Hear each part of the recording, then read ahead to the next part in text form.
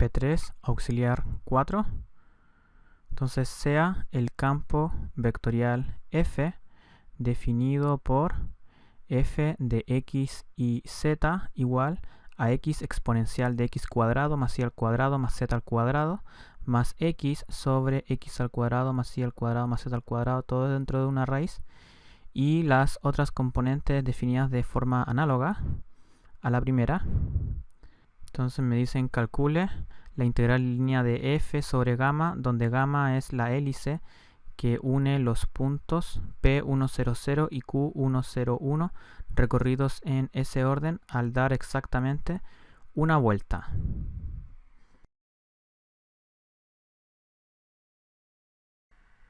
Veamos que f es conservativo.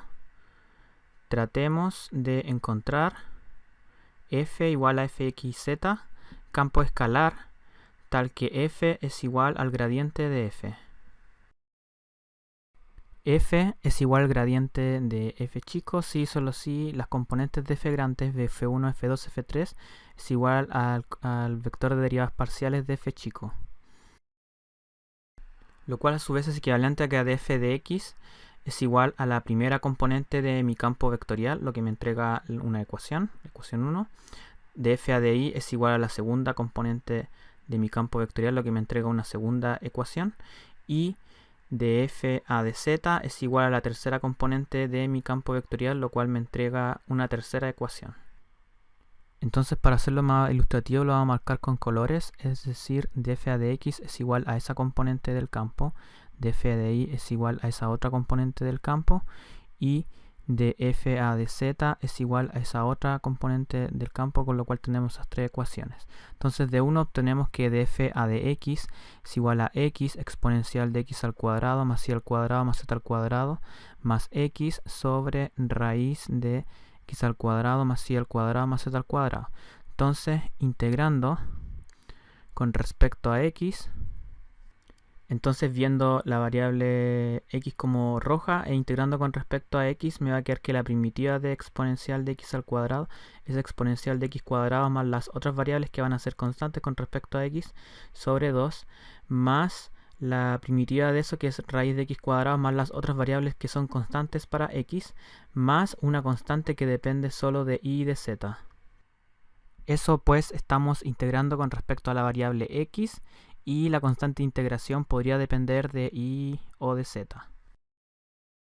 Entonces, haciendo la derivada parcial de este campo con respecto a y, nos queda y exponencial de x al cuadrado más y al cuadrado más z al cuadrado más y sobre la raíz de x al cuadrado más y al cuadrado más z al cuadrado más la derivada parcial de c con respecto a y. Entonces recordamos que df a de y por la ecuación 2 es igual a y exponencial de x al cuadrado más y al cuadrado más z al cuadrado más y sobre la raíz de x al cuadrado más y al cuadrado más z al cuadrado. Y bueno, viendo que esas cosas en rojo son iguales y estamos en una igualdad, podemos concluir que la derivada parcial de c con respecto a y es igual a 0, lo que implica que la constante de y sobre z solamente depende de z. Entonces, actualizando este valor de la constante, que ahora solamente va a depender de z, nos va a quedar la siguiente expresión para el campo conservativo. Entonces, ahora queremos determinar esa constante, diríamos con respecto a z, es decir, df a de z va a ser igual a z exponencial de x al cuadrado más y al cuadrado más z al cuadrado más z sobre x al cuadrado más y al cuadrado más z al cuadrado raíz más la derivada parcial de esta constante con respecto a z. Y usando la ecuación 3 tenemos que esto es igual a esta expresión que aparece acá, y notando que lo que está en amarillo es exactamente lo mismo y estamos en una igualdad, entonces podemos concluir que la derivada parcial de esta constante con respecto a z es igual a 0, con lo cual la constante que dependía de z ya no depende de z, es solamente constante, con lo cual el valor de nuestro campo escalar va a ser exponencial de x al cuadrado más y al cuadrado más z al cuadrado sobre 2 más x al cuadrado más y al cuadrado más z al cuadrado dentro de una raíz más una constante. Entonces llegamos a la primera observación,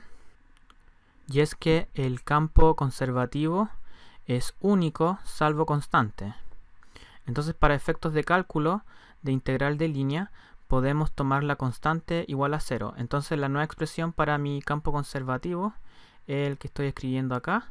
donde la constante que estamos tomando es igual a 0. Entonces queremos calcular la integral de línea de f sobre la curva gamma, donde f es igual al gradiente del campo conservativo y gamma es la hélice que une los puntos P100 con Q101 recorridos en ese orden al dar exactamente una vuelta.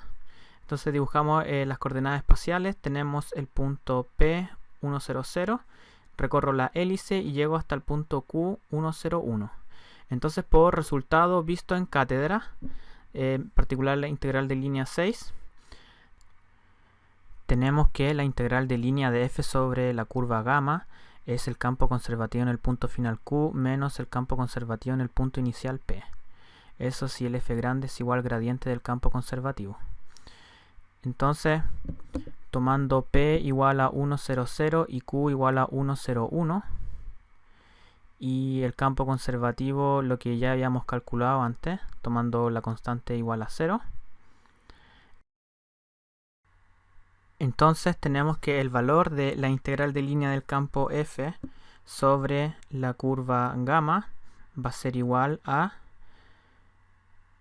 el campo conservativo en el punto final 1,01 menos el campo conservativo en el punto inicial 1,00. Y reemplazando eso va a ser igual a exponencial de 1 al cuadrado más 0 al cuadrado más 1 al cuadrado sobre 2 más 1 al cuadrado más 0 al cuadrado más 1 al cuadrado dentro de raíz menos exponencial de 1 al cuadrado más 0 al cuadrado más 0 al cuadrado sobre 2 más raíz de 1 al cuadrado más 0 al cuadrado más 0 al cuadrado. Bueno, restar todo eso. Y eso a su vez, si reemplazamos, es e al cuadrado sobre 2 más raíz de 2 menos e sobre 2 más 1, eso dentro de un paréntesis. Entonces eso va a ser igual a menos 1 más raíz de 2 más e veces e menos 1 sobre 2, factorizando. Bueno, entonces ese es el valor de la integral de línea del campo vectorial f sobre la curva gamma, concluyendo así la solución de este problema.